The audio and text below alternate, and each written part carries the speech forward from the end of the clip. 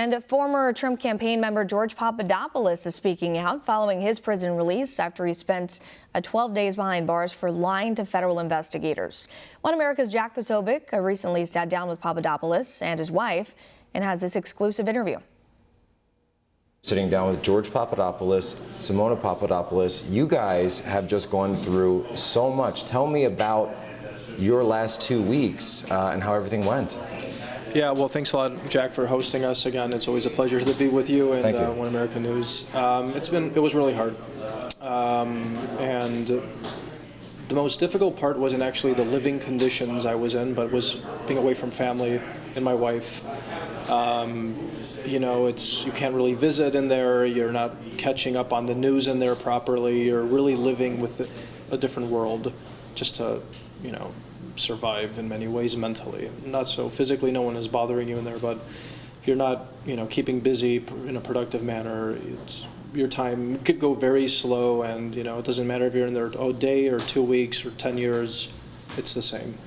What do you think, looking at this down the line, what do you think the final Mueller report is going to look like? Is it going to be this bombshell, or is it going to be something more along the lines of a lot of innuendo and circumstance and hard to sift through the facts? What do you think it's going to look like? Whether I think that it's going to be some major revelation or much of innuendo and disconnected figures, I tend to believe it's going to be the latter, given the current information that's public now, just based on the fact that Michael Cohen was a fixer.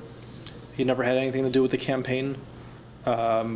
He is indicted for taxi cab fraud, which has nothing to do with, or lending to a taxi cab in Chicago. That has nothing to do with the president, his team, anyone on the campaign. So maybe it is just going after a couple bad actors and seeing what they can get out of them. But that's just my opinion right now. It could change. I know that they've talked about his pushing for this, or at least discussions on a Trump Tower Moscow deal they refer to as the Moscow Project.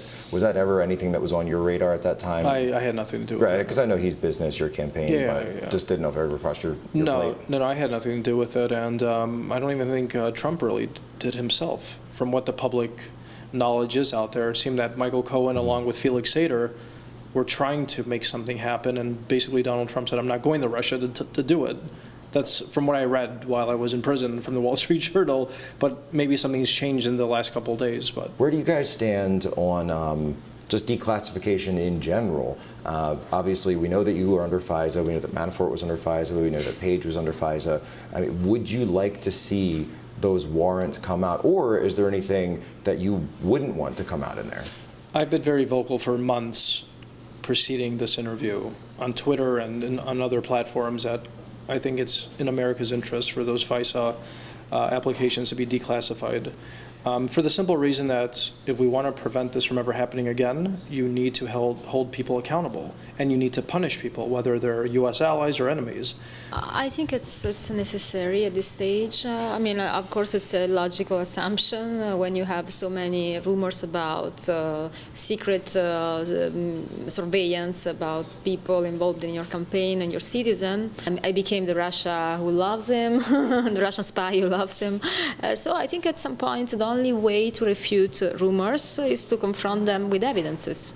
So the next step is to, somebody can say whatever, can push any type of narrative, even concerning my personal case. They can say that I'm a spy 1,000 times, show me which is my agenda, the government paying me, then we're talking.